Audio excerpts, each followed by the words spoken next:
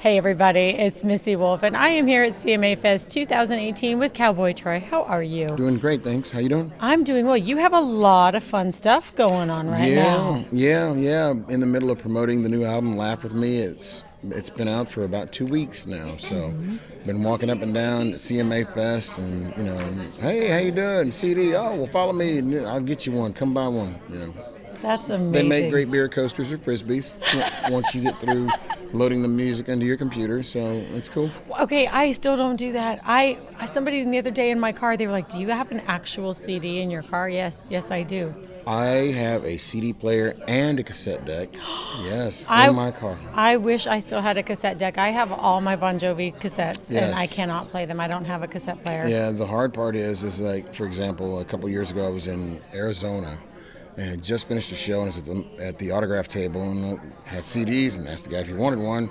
He's like, new cars don't come with them. They don't come with CD players. They don't. It's all Bluetooth. I'm like, what about the jack for your phone? Oh, the what? I'm like, really? All Bluetooth, bro? I'm like, okay, thank you. Right? Thank Yeah, you. it's changed so much, and it makes me sad, actually. I love physical copies of music. Well, one of the things that I learned when I was in grad school was working on marketing and finding out how people consume their music. Yes. And so the way that people consume their music has changed immensely. Now, most people will either stream it, a subscription service, watch videos, whatever it is. But the thing is that they don't have to have a physical copy. Yeah. The majority of the people that responded to the survey that I did when I was doing the research was 67% do not require physical CD. They prefer to either watch it, they're listening on regular radio, satellite radio, whatever it is. And so it's interesting how things have changed. It is. My kids look at it, what is that? I know. It's a CD. A what? A CD. I know. It's. Can I get some music on my phone? Yeah. Dad, come on. Oh, I love talking to another parent that gets it. Yes, It's funny. I mean, everything has changed. But with that information, now that you know that the way fans are consuming their music is different, you have to figure out ways to get the music in their hands, because they'll walk around with their phone. They're not gonna lose their phone at a festival, but if they've got a CD in their hand, they might lose it. Yeah, absolutely. So you have to figure out ways to get them to say, hey, you know what? I want meet and greet passes. Okay, show me your digital receipt that you bought the album. Exactly. That you bought the download wherever you consume music. That's your receipt. That's your pass into the meet and greet. There you go. That's how you move albums. I love that. Yes. I mean, if you're creative about it. Yeah, you definitely have to be creative, especially in this industry, because you also got to do things different than the way everyone else is doing them, so that you stand out and you're unique. So I love that. Yeah, that's cool. And you're playing with Big and Rich. Yeah, I'm still touring with them. Yeah, and you're doing a lot. I heard you're playing at their Redneck Riviera. Did I get the name right? Yeah, Please tell me. Yeah, Redneck Riviera. There's so many new ones out right now. John Rich has a new bar in town called Redneck Riviera. Yes. It's right over there on Broadway, and I've been there 3 nights this week. Yesterday, I started out at 9 a.m. We had a photo shoot over there, and then went from lunch till 5:45. Signing CDs and hanging out and meet and greeting fans. And then I took a nap. Then went back and had a show about midnight. Oh my gosh. Yeah, so we've been at it a while over there. You have been, absolutely. And I have to say, I love that John Rich stepped up and gave a place to play for a lot of the independent artists around town. I mean, that is so big for independent artists, and I have so much respect for him. Yeah, John is a great dude, and it's really cool when he does things like that. A lot of times the industry is a funny animal. Yes. And when one of the things that I learned early on in my career is that you have to fight like everything to get into the music business, and once you get into the music business, you got to fight like everything to stay. Yes. And it's very difficult to maintain your spot.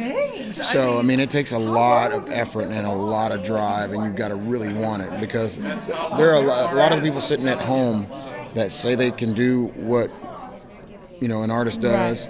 Right. Most of them won't get off the couch to even try it. People have come up to me before and said, you need to listen to my niece. She's the best singer in, Smith County.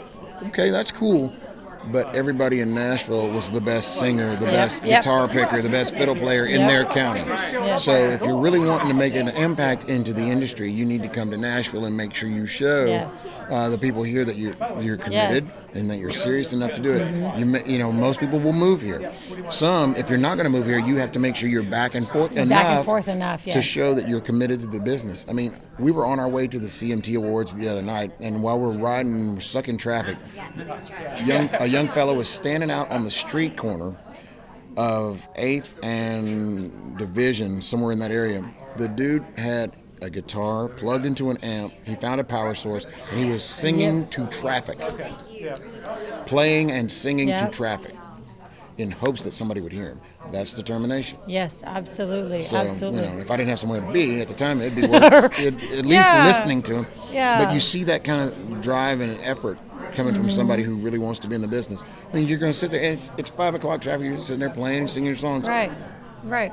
In the middle of the summer, in the middle of CMA Fest. And that's one of those things that I definitely, when I see that, you know, it's like I applaud them, because they really are doing what it takes, whatever they can do, whatever they know how to do to make it happen for themselves, and it needs to be appreciated. It does indeed. You know, and artists, you know, really need an opportunity to play. The thing is like, you don't always have a venue. Right.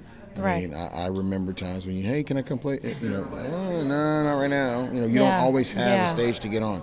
So when people, you know, like when we had Music Mafia events early on in our careers, we would, you know, it was basically an open mic kind of a thing where if you had a song, if you had an instrument you could play, you come in and you jump in and you play with everybody.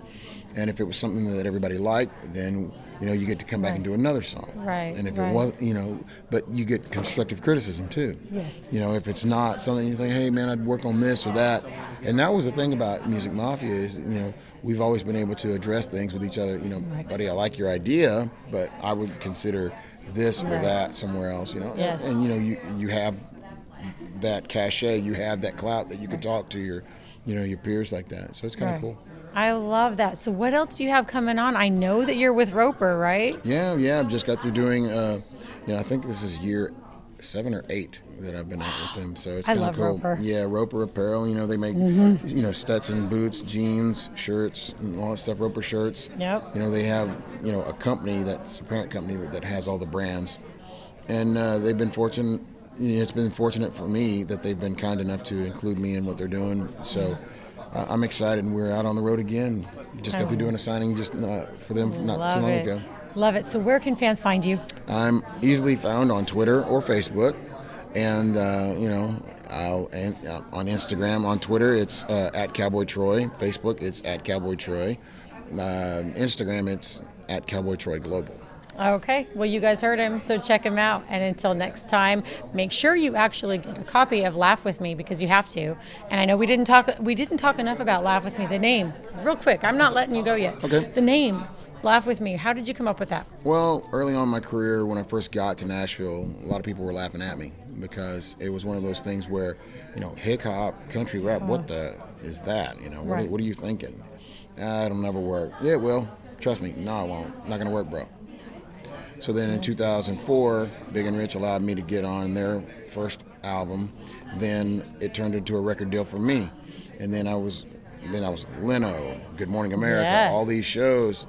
And the laughing kind of quieted down for a little bit. And then, you know, so the fact, and then other artists started doing it. Yes. Other artists started following behind and started doing it. So now you have more than just me doing country rap and hip hop. You have all these other artists that are doing it. And and they have national followings. So the really cool thing is that you can't laugh at me if you're busy laughing with me. So I would prefer you laugh with me, and that's kind of how it worked out. And then we also have some humorous songs on there. Yes. You know, written some funny stuff. Pork Chop is a very funny song. All Hat No Cattle is a funny song. Don't Drive Crunk is a funny song. So, you know. Hey, that one got me. The title got me. Yeah, the title got you. You know, so. Love it. Yeah, that's kind of what we're working on, and trying to continue to make sure everything's fun. Working on some new material to go on the deluxe edition that comes out probably around the holidays. Be on the lookout for that, guys.